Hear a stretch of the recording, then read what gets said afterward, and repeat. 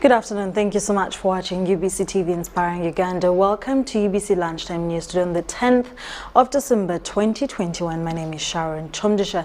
In our top stories of the day, President Yoweri Museveni has launched the National Lifestyle Audit Campaign against corruption. The campaign is championed by the Inspectorate of Government led by IGG Betty Kamya, who vowed to disable untouchables, challenging the fight against corruption. We have details in this story. President Yoweri Museveni has lashed at people who acquire human wealth without working. He was speaking during commemoration of the International Anti-Corruption Day at Kollo Independence Grounds in Kampala. The people who go for corruption, some of them don't know, they don't have the culture of working. They want wealth, but they don't know how to work. It's actually a curse. If you get that wealth through corruption, I don't want to give examples. This year's Anti-Corruption Day was commemorated on the theme promoting citizens' participation in social accountability. Before launching the National Lifestyle Audit Campaign against corruption, President Museveni called for monitoring of government projects, especially funds allocated to various projects. So, lifestyle, you add also the performance audit. Not paper audit, but results-oriented audit. Museveni, however, expressed concerns over the grassroots leaders who he termed as selfish leaders for failure to fight for their electorates. And who is the victim of corruption? It is the villagers. Either directly talking with them or through their leaders. What I cannot understand is why the leaders of the villagers would not speak for them. What is the problem? Why do they forget their people? Or the LC3 chairperson, why does he not speak for his people? That one you can find out. According to available information, Uganda loses over 10 trillion on its budget annually in corruption, which affects service delivery. The Inspector General of Government, Betty Kamya, says citizens have not joined the war against corruption. We pray that you direct that all government programs that bring people together should have a component of civic education against corruption embedded in every agenda. Kamya revealed the IGG's strategies aimed at fighting corruption. However, all this will be achieved with an increment in the IGG's budget for financial year 2022-2023. She chose to deal with untouchables in the fight against corruption. In order to gain public trust and confidence, the public is crying about untouchables, so-called. The public wants to see some big heads roll. And with your support, Your Excellency, I assure you that on my desk are investigations which are likely to lead to heads to roll. Because that is the only way we are going to work together with faithfulness, with credibility, with a culture of hard work. President Museveni launched a national lifestyle audit campaign against corruption.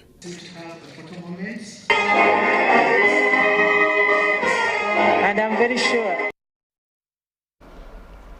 In more news, Prime Minister Robinah Nabbanja is in Kayunga district to boost the by-elections campaign of NRM flag bearer Mwonge Andrew, who is currently vying for LC5 chairperson post after it ran vacant following the death of the NOP candidate while addressing the voters at Bale Sub-County. Now, while addressing the voters at Bale Sub-County and Galidaya Sub-County, Nabbanja told the voters that Bale Kayunga Road will be upgraded as well as delivering boats to Galidaya landing site to ease transport.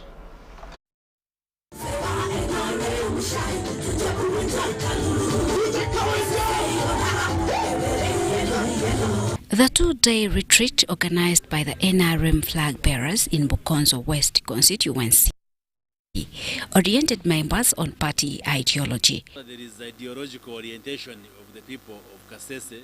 The flag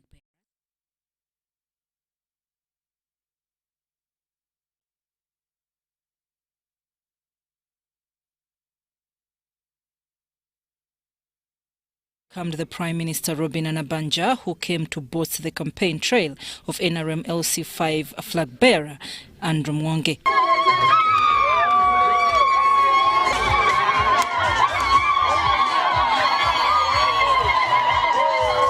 While addressing rallies at Bale and Galilaya, Nabanja asserted that Bale Kayunga Road will be upgraded as directed by the president during his campaigns.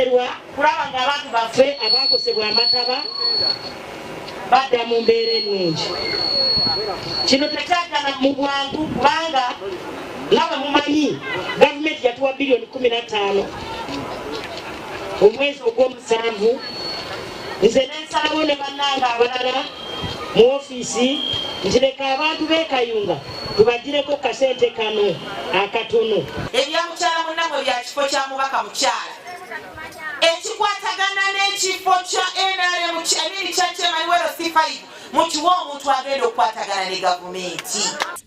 While campaigning, the NRM flag bearer Andrew Mwonge pledged total service delivery for all as Kayunga LC5 chairperson. Nze njagala kweyama mu maaso gammwe nti ngenda kulwanirira okukyusa ekifaananyi ky'eggaliraaya. Ngenda kulwana n'okukuukamu enjala tukyuse ebyenjigiriza mu ggaliraaya. Other rallies held were in Nachensa and Kayonza.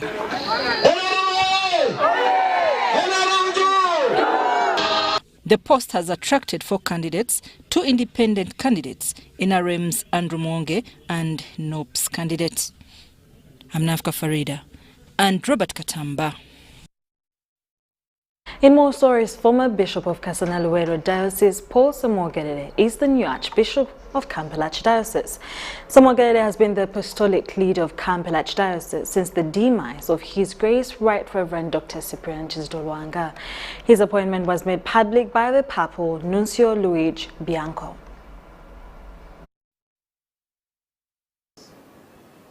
And today, 9th of December, has been 2021 elected the new Archbishop of Kampala Archdiocese.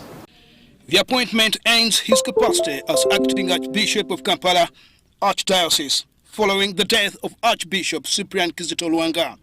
Bishop Paul Semogere is now the new Archbishop, an appointment officially made by Pope Francis. To congratulate the Kampala Archdiocese, the clergy, the religious and the faithful, where the now Archbishop Paul Semogere has done a generous pastoral ministry.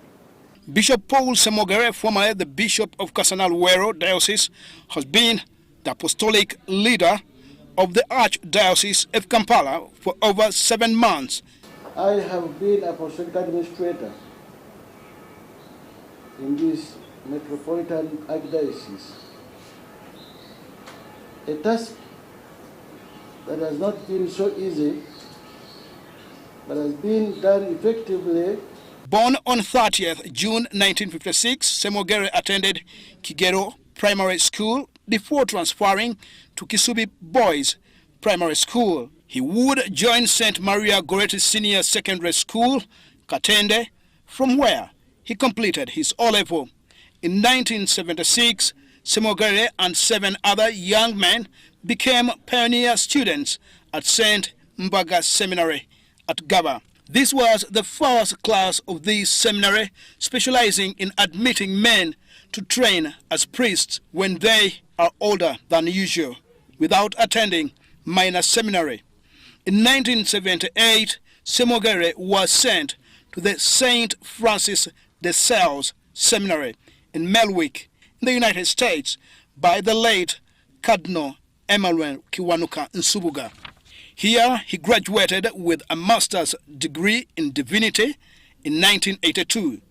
On 21st November 1981, he was ordained a deacon by Archbishop Rembert George Wickland, the Archbishop of the Roman Catholic Archdiocese of Melwick. He was ordained a priest on 3rd June 1983 at Kampala by Cardinal Emmanuel Nsubuga, the then Archbishop of Kampala Archdiocese. He served as a priest in the Roman Catholic Archdiocese of Kampala until 4th June 2008. He was then appointed Bishop of the Roman Catholic Diocese of Kasana-Luwero on 4th June 2008. This was before being consecrated Bishop on 23rd August of the same year, 2008, at Kasana-Luwero by Archbishop Cyprian Kizito Lwanga, Archbishop of Kampala. I today gather courage to take on this responsibility. The Archdiocese of Kampala yearns for a shepherd to fill the virtue that was created after the death of a visionary, hardworking, focused and intelligent leader, the late Archbishop Lwanga. He has been the apostolic administrator of the Archbishop of Kampala since April 2021, after the death of His Grace, Right Reverend Archbishop Dr. Cyprian Kizito Lwanga. Report compiled by Susan Nawonga. Thank you so much, Susan Nawonga. Great news for the Catholic Church. In more stories, the Buganda Kingdom and the Directorate of Industrial Training in the Ministry of Education and Sports have finalized a collaboration partnership where the Directorate will provide technical support and assess Buganda subjects in different vocational occupations. This was in a memorandum of understanding signed between the two parties at Bulange Mengo, and we have details on this story.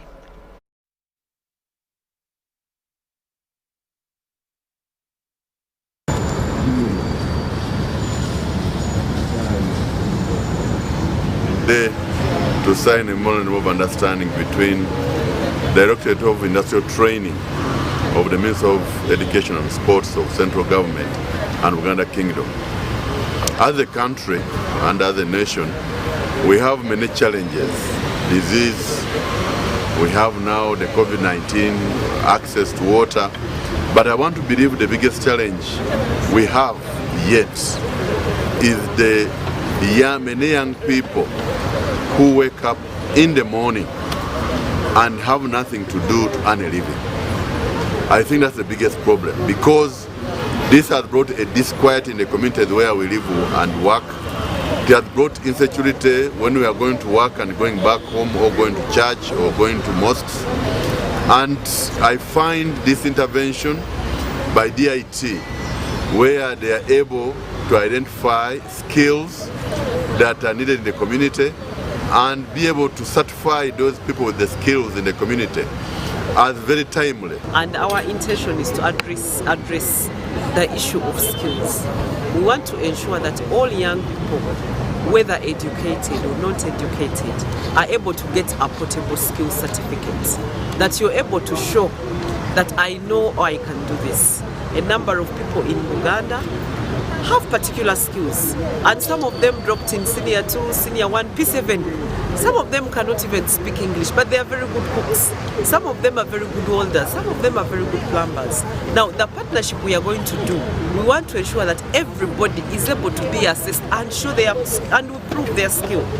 And that certificate can help them win tenders, win jobs, and also create employment for young people. We also want to ensure that even those that have diplomas that want to enter the world of work are able to be assessed and get a DIT certificate, because employers appreciate DIT certificates, and that is what we want to do. The private sector and civil society organizations have appealed to the academia to fund democracy and constitutional governance. This follows the purported failure by the academia to come out and exercise their skills publicly. Now, this was disclosed at a dialogue at the College of Humanities and Social Sciences, Makerere University. Irene has more details on this story. The academia has been asked to participate actively in national development through promoting good governance. Speaking at a forum held at Makerere University, private sector and civil society organizations, actors wondered why academicians have abandoned political struggles. They must redeem their former glory, their name and their place. in controlling the narrative and nurturing better citizens for this country. Our contribution to the struggle for justice is not just about our members, it is about the whole of the country. The Deputy Principal, College of Humanitarians and Social Sciences, Julius Kyomugisha, said there is need to create a new generation to fight poor governance. For us, we are saying that this new reimagination is not going to be completely dominated by the old guards in the academia. We're actually building it so much more on the next generation. Political scientist Professor Julius Kiza said that building allegiance to nationalism is one of the ways proposed to help clean public offices. Fighting corruption, building industrial manufacturing, giving quality education and healthcare. These are the things that transform our society into a viable force for genuine democratization. How do we get the information on empowering young people with economic knowledge to make money on their own without the university people sitting with the knowledge and the Ugandans being out there? And then Irene Faith Nantongo, UBC News. Now, in a month's time, all children will be going back to school after 2 years due to COVID-19 and they staying home. However, because the economy has not been open for some time, most parents are resource constrained. A number of schools are also choking on loans and have no resources to help them in reopening schools. Stanbic Bank has now come in support of all learners with laptops at a subsidized price, friendly loans to all schools banking with it, and also support farmers. Dale Habimana reports. We will provide financing for purchase of laptops or computers to the students on a higher purchase basis. That as a parent, for only 30,000 shillings a month. Stanbic Bank is supporting learners with laptops, a friendly loan repayment regime to schools as they reopen next month. So we as Stanbic have offered all the schools that are banking with us, we have given them an interest relief for all of 2021. We know they didn't work. The Chief Executive Officer, Stanbic Bank, Njuko, was speaking at the bank's Economic Restart Breakfast meeting that brought together players in microfinance sector like savings, credit and cooperative organizations, bank staff and members of parliament. So we will be providing these desktops, but now we have to think about solar, we have to think about how does this be sustainable for that circle wherever they are, because they need to digitize. Juko, however, asked government to remove taxes from internet services so that learners can be facilitated to learn using affordable data. Enablement of data access is such an important part of what needs to be done. The government chief whip, Thomas Tayebwa, represented the Prime Minister, Robina Nabanja, at the meeting. Tayebwa said government is not imposing any more new taxes as part of the COVID recovery program. Very soon, you will hear costs of internet going tremendously down. Beyond the tax, the issues of tax, those are small. The chairperson NPA, Dr. Pamela Kasabiti, the presidential advisor on manifesto program, Ephraim Kamuntu, among others, participated in the meeting held at Serena Hotel, Kampala. To really increase access to patient capital and also lower commercial interest rates. Because if we're really going to implement our plan, we have to support the private sector. And I'm really excited by the many innovative solutions you're coming up with to get us out of this COVID slump. It's amazing how Stanbic can pose at this material time through the speeches of their executives a sense of patriotism. I think it deserves a clap. It's not just a clap.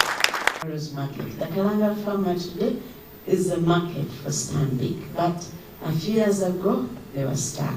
So basically, patient capital, basically analyze the different value chains in the agriculture sector, and let's find solutions that can feed the farmers. Thank you. UBC Lunchtime News will take a short commercial break and we'll be back with more stories.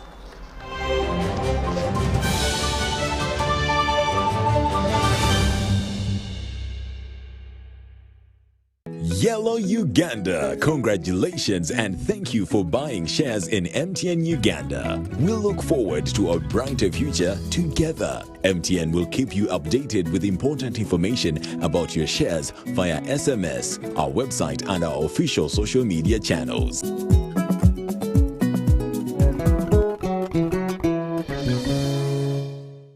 It's the festive season and we love it.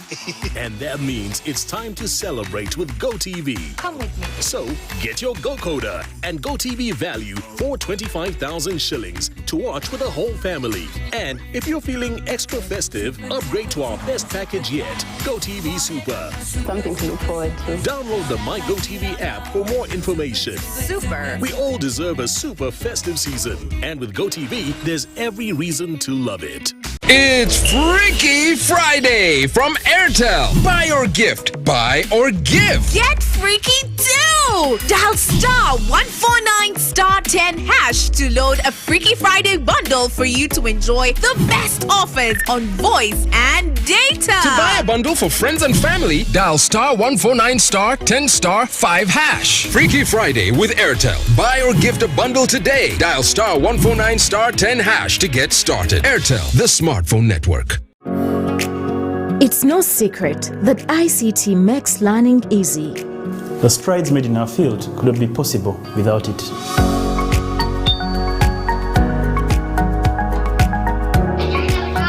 And now we can watch our favorite shows. My radio is my best friend. UCC provides an enabling regulatory environment and policy guidance for healthy competition. We also facilitate ease of doing business in the communications sector through licensing, standardization, spectrum management, tariff regulation, rural communication development, and consumer empowerment. An informed consumer is an empowered consumer. UCC supports local content and innovations. Driving the development of a robust communication sector in Uganda is Uganda Communications Commission. Yellow Uganda, congratulations and thank you for buying shares in MTN Uganda. We look forward to a brighter future together. MTN will keep you updated with important information about your shares via SMS, our website and our official social media channels.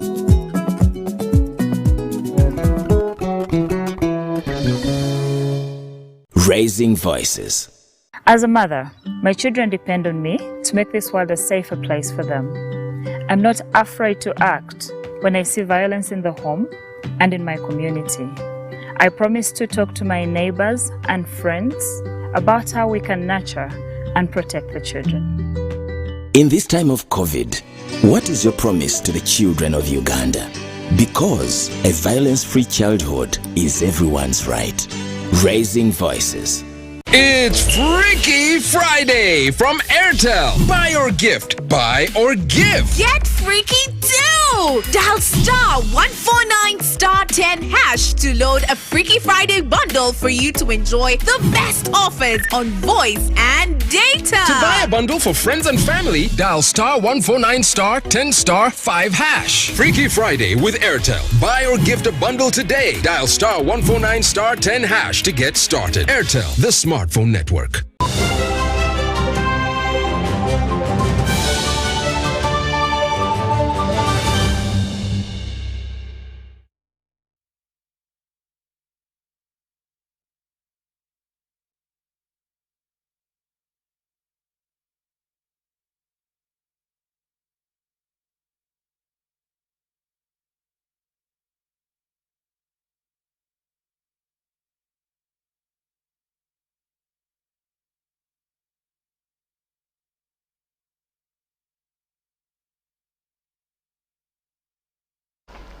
You're still watching UBC Lunchtime News. Now, in West Nile district bordering Democratic Republic of Congo and South Sudan are at a high risk of importing COVID-19 virus due to the porous borders where people cross easily to Uganda.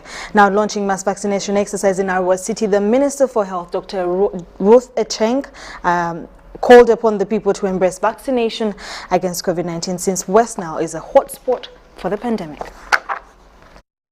OPD has been completed and handed over.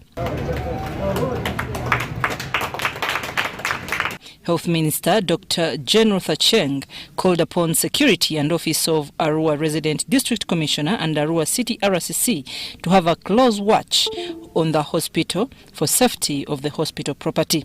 Again, allow me to appreciate JICA and JICA Uganda office for their cordial working relationship with the Ministry of Health and coordination of JICA Tokyo. I would like to appeal to the management of Arua Regional Referral Hospital. You need to take good care of this infrastructure. My biggest worry right now is that immediately I turn my back, equipment will be stolen. I am worried the autoclaves will go, the beds will go, even the ambulance will go.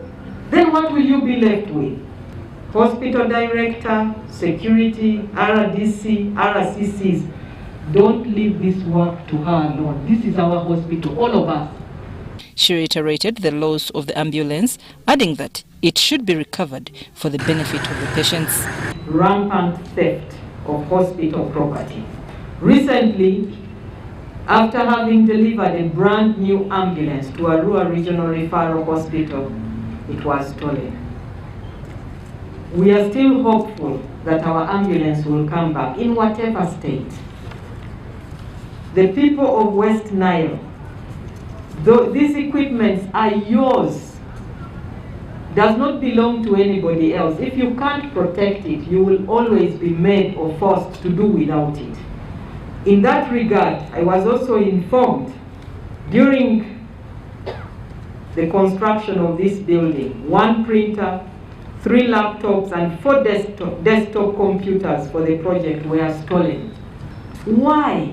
Chief Representative of JICA in Uganda, Uchiyama Takayuchi, said the OPD facility will serve both Ugandans and refugee population. All of you know, Uganda as a country has the largest number of refugees and asylum seekers in Africa, with a remarkable refugee policy.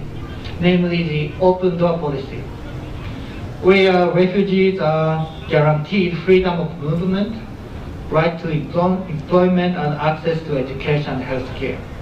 Now it's your turn to take full responsibilities of all the facilities and equipment and keep it in a good conditions, do maintenance, and we sincerely hope you will continuously provide quality health services. The director, Arua Regional Referral Hospital, Dr. Philbert Nyeko, said the current maternity ward, which was built in 1996, is overcrowded, requesting for more financial support.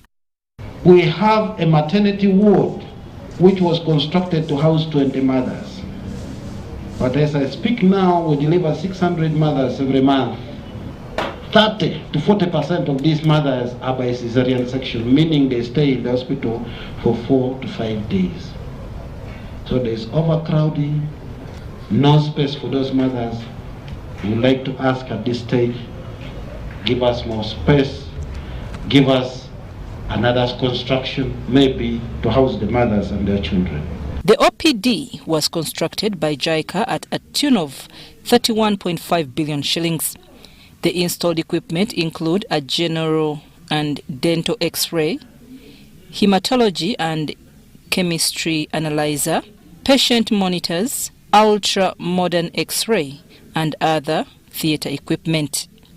I'm Nafka Farida and Joseph Odama. That brings us to the end of our UBC Lunchtime News today on the 10th of December 2021. Only 15 days to celebrate Christmas. Thank you so much for watching. My name is Sharon Kyomugisha and stay tuned for more programming coming your way.